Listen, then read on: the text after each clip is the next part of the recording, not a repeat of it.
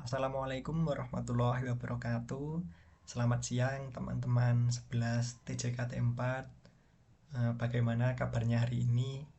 Bapak harap teman-teman semua selalu diberikan kesehatan ya. Sebelumnya Bapak minta maaf untuk pertemuan kita pada besok hari Senin itu Bapak tidak bisa mendampingi teman-teman semua di kelas. Dikarenakan Bapak ada perjalanan dinas keluar kota. Untuk pertemuan minggu kemarin kan kita sudah membahas bandwidth. Nah, untuk pertemuan sekarang kita akan membahas apa sih itu konfigurasi dari NAT. Nah, mengapa sih kita perlu mempelajari NAT?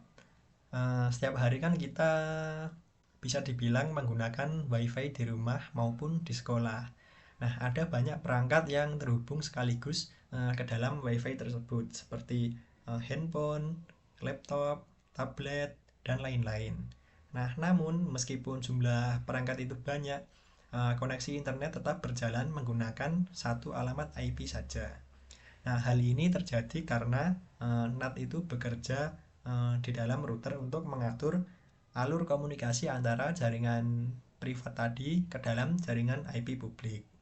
Nah, dengan memanfaatkan NAT, sebuah jaringan lokal itu akan dapat tetap terhubung ke internet tanpa memerlukan banyak alamat IP publik. Nah, apa sih itu NAT?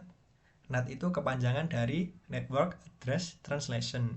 Nah, dari namanya sendiri, translation, yaitu proses menerjemahkan alamat IP privat menjadi alamat IP publik. Nah, apa sih itu alamat IP privat dan alamat IP publik? Nah, alamat IP privat itu adalah alamat IP yang digunakan oleh perangkat di jaringan lokal dan tidak dapat diakses dari internet. Contohnya alamat privat ini itu adalah alamat IP yang ada di perangkat yang kita gunakan. Semisal kita mau mengkoneksikan handphone kita ke WiFi, jadi alamat privatnya itu yang ada di handphone, sedangkan alamat publiknya itu yang ada di WiFi-nya itu tadi, dan dapat dikenali dan diakses dari internet. Nah, ketika perangkat lokal ingin mengakses internet, nah router nanti akan mengganti alamat privat yang ada di perangkat kita tadi dengan alamat IP publik milik router itu. Nah, jadi router ini menjadi perantara dan memastikan semua perangkat dapat berkomunikasi dengan jaringan luar tadi. Nah, selanjutnya mengapa sih NAT itu diperlukan? Nah, sekarang kan IPv4 itu memiliki jumlah alamat IP maksimum itu sekitar 4,3 miliar sekian.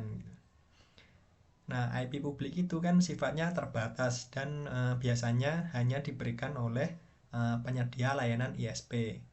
Nah, dengan NAT itu mengatasi keterbatasan tersebut dengan membuat banyak perangkat sekaligus bisa terhubung menggunakan satu alamat IP publik saja. NAT ini juga bisa meningkatkan keamanan jaringan karena perangkat lokal itu tidak tampil langsung di internet, sehingga ancamannya itu dapat diminimalisir. Selanjutnya, NAT itu membuat jaringan menjadi efisien, mudah dikelola, dan tidak memerlukan IP publik untuk setiap perangkatnya. Jadi beberapa perangkat itu bisa terhubung ke dalam satu IP publik saja. Nah, untuk perbedaan IP privat dan IP publik itu, yang pertama itu untuk IP privat digunakan di jaringan pribadi, seperti di rumah ataupun di kantor. Sedangkan IP publik ini digunakan di seluruh internet. Untuk IP privat ini hanya dapat diakses dari dalam jaringan lokal saja, yang artinya hanya kita sendiri yang bisa mengakses IP privat ini. Sedangkan IP publik itu bisa diakses dari mana saja di internet. Selanjutnya itu untuk IP privat itu lebih aman karena jaringannya itu bisa dibilang tertutup. Untuk IP publik lebih rentan karena mudah terekspos ke internet. Dan yang terakhir itu perbedaannya untuk IP privat itu gratis karena IP-nya itu dari perangkat kita sendiri, sedangkan IP publik itu biasanya berbayar karena dari penyedia layanan ISP. Nah, jadi perangkat lokal itu hanya dapat berkomunikasi di internet jika IP privatnya ini diterjemahkan dulu menjadi IP publik. Nah, dengan NAT memungkinkan penerjemahan tersebut sehingga perangkat di dalam LAN bisa mengakses server atau layanan dari internet. Nah, ini ada beberapa alamat-alamat yang ada di dalam NAT. Yang pertama itu ada inside lokal, yaitu alamat IP privat dari perangkat kita sendiri. Lalu ada inside global, yaitu alamat IP publik yang mewakili perangkat dari internal kita tadi. Lalu ada outside lokal, yaitu alamat server tujuan dari perspektif router. Yang terakhir ada outside global, yaitu alamat IP publik tujuan. Bisa dibilang ini alamat IP publik yang disediakan dari internet tersebut. Selanjutnya itu ada ilustrasi dari translasi NAT itu sendiri. Nah, sebagai contoh ilustrasinya ini itu ada sebuah PC yang mengirimkan permintaan ini ke internet. Nah, selanjutnya itu router akan menggantikan alamat privat ini dengan alamat publik milik dari router ini. Selanjutnya itu di dalam router ini juga akan menyimpan catatan dari translasi IP privat tadi ke dalam tabel yang ada di dalam router ini.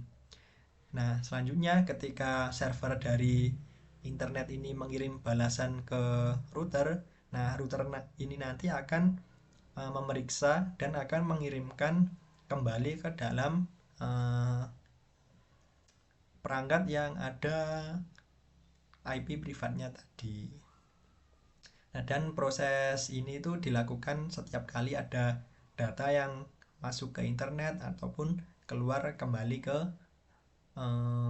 perangkat ini tadi. Selanjutnya ada fungsi NAT. Dari penjelasan Bapak sebelumnya itu, fungsi NAT itu yaitu menghubungkan jaringan privat ke dalam jaringan publik. Lalu dengan NAT itu kita bisa menghemat penggunaan alamat IP publik. Nah, selanjutnya itu bisa melindungi perangkat dalam LAN dari akses langsung ke internet.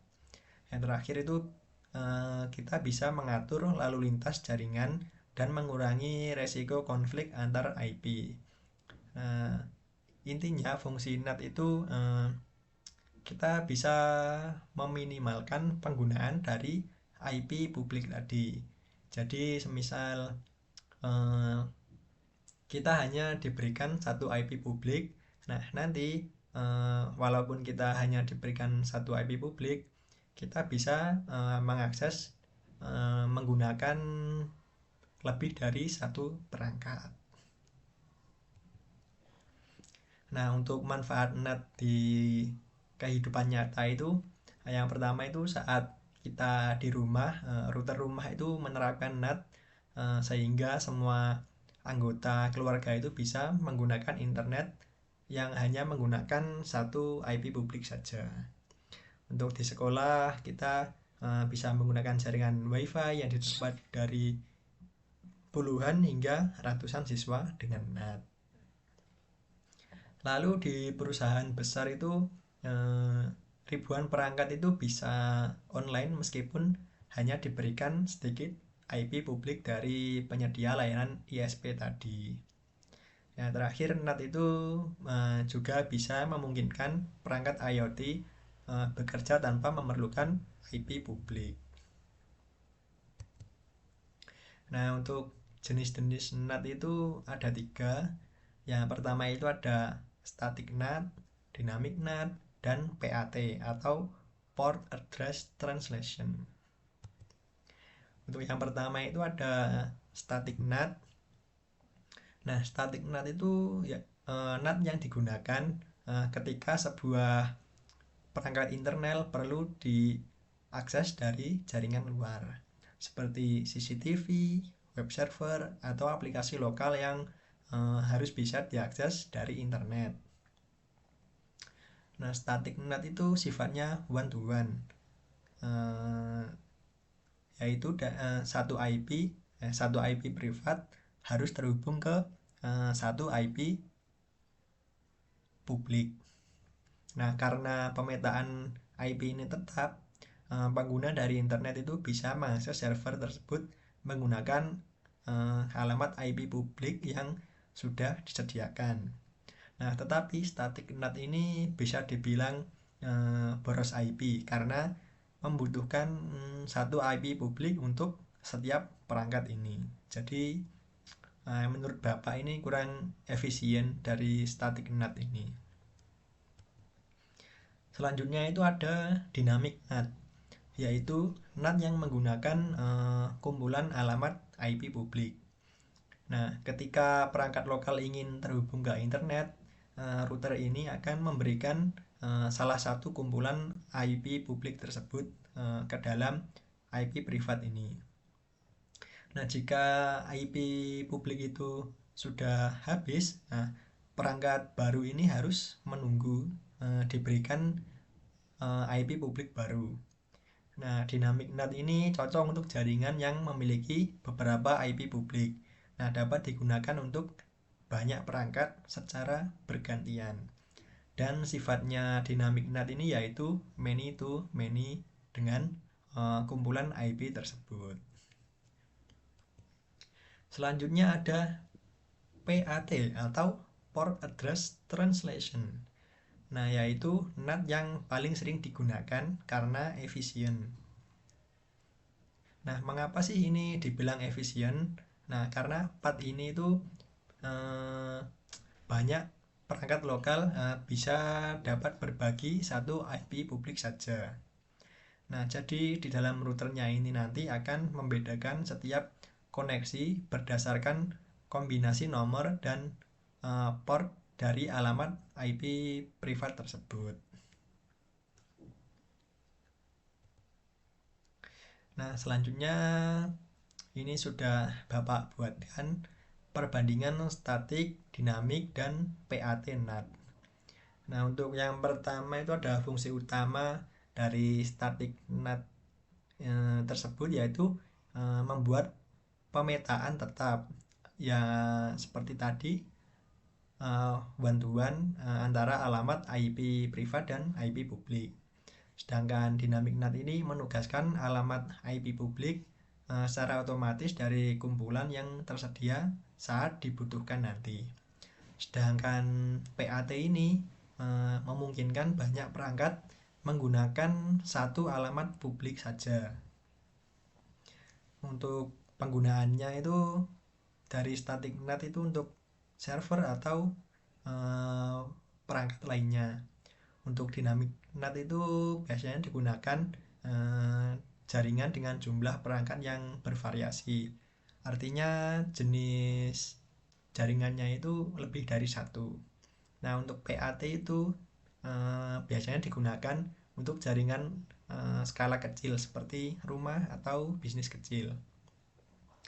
Nah, selanjutnya ada keunggulan dari 3 NAT tersebut. Yang pertama itu keunggulan dari static NAT itu dapat diakses dan diprediksi.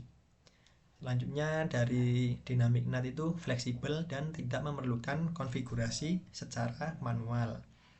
Yang terakhir dari PAT tadi itu sangat efisien dalam penggunaan alamat IP dan konfigurasinya itu bisa dibilang mudah. Untuk kekurangannya dari static NAT sendiri itu memakan banyak alamat IP karena satu alamat IP privat harus terhubung ke satu alamat IP publik. Nah, sedangkan untuk dynamic NAT itu hampir sama dengan static, juga ketersediaan terbatas pada jumlah alamat IP publik tadi. Nah, untuk PAT ini itu terbatas pada satu alamat publik saja. Selanjutnya ada prinsip kerja dari NAT. Nah, NAT tadi kan fungsinya untuk menerjemahkan alamat IP privat ke dalam IP publik.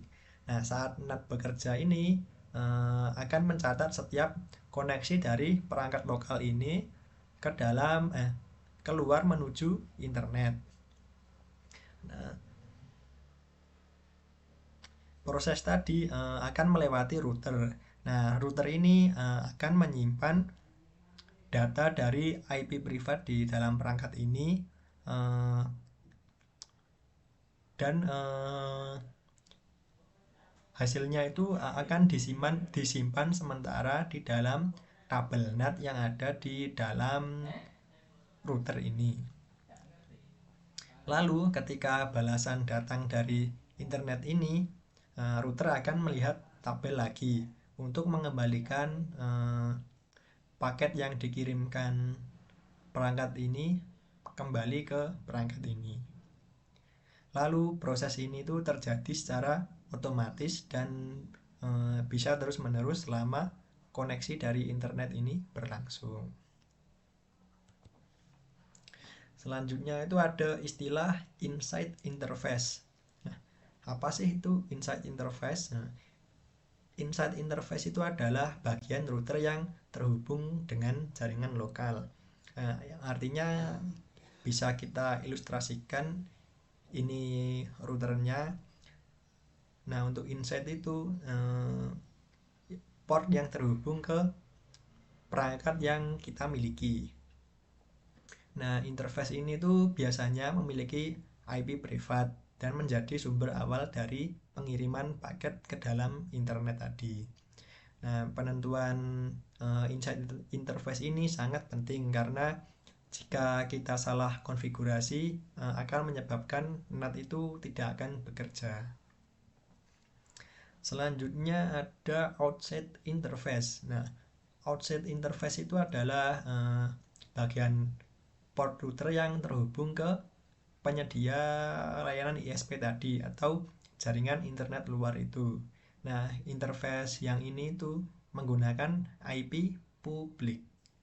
Nah, sehingga router itu akan menerjemahkan paket dari inside ini saat perangkat lokal ingin mengakses internet. Nah, jika outside interface itu salah ditentukan, maka router ini tadi itu tidak akan bisa mengirimkan paket keluar jaringan. Nah, selanjutnya itu ada kesalahan-kesalahan yang sering terjadi saat konfigurasi dari NAT.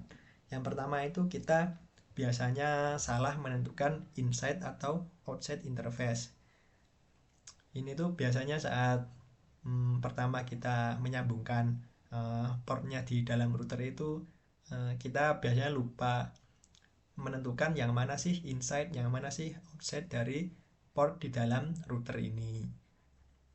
Yang kedua itu IP LAN itu tidak sesuai dengan subnet. Nah, saat kita menentukan IP berapa saja yang terbagi itu biasanya tidak sesuai dengan subnetnya. Yang ketiga itu ada gateway tidak atau belum di setel. Nah, untuk gateway ini itu biasanya setelah kita membagi IP-nya itu di bawahnya itu ada gateway dan biasanya itu kita lupa dalam menentukan gateway kita tadi, seperti kita bisa menyetel gateway 4.4.4.4 atau 8.8.8.8 itu. Selanjutnya itu ada kumpulan NAT salah dikonfigurasi. Nah, ketika IP-nya itu bisa dibilang banyak, nah kita biasanya lupa mengonfigurasi IP tersebut satu-satu dengan NAT ini. Nah, terus yang terakhir itu NAT ini juga membutuhkan routing yang benar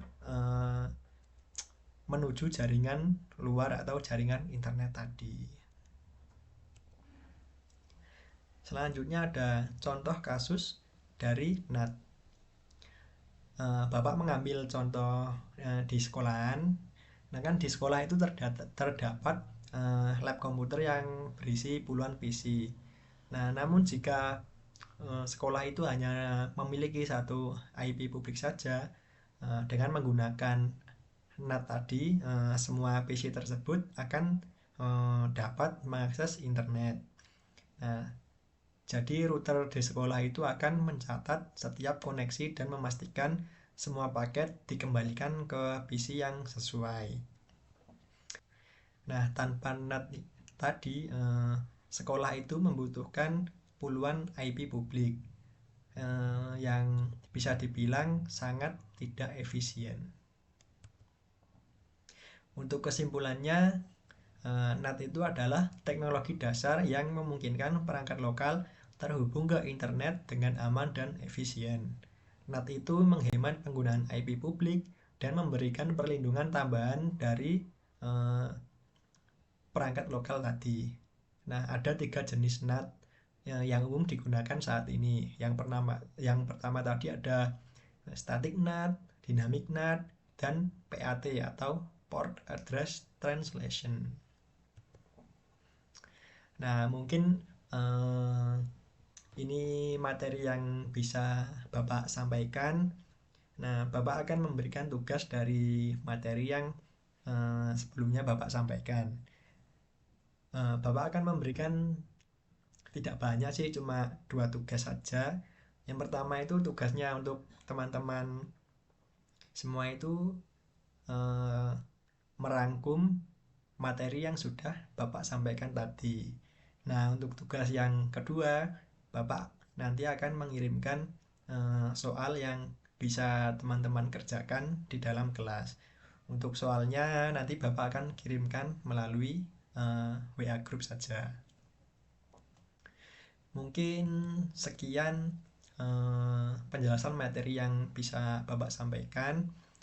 Sekali lagi Bapak mohon maaf karena tidak bisa mendampingi teman-teman semua di kelas.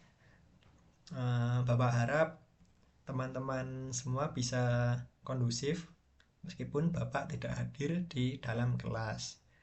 Mungkin sekian yang bisa Bapak sampaikan. Terima kasih. Wassalamualaikum warahmatullahi wabarakatuh.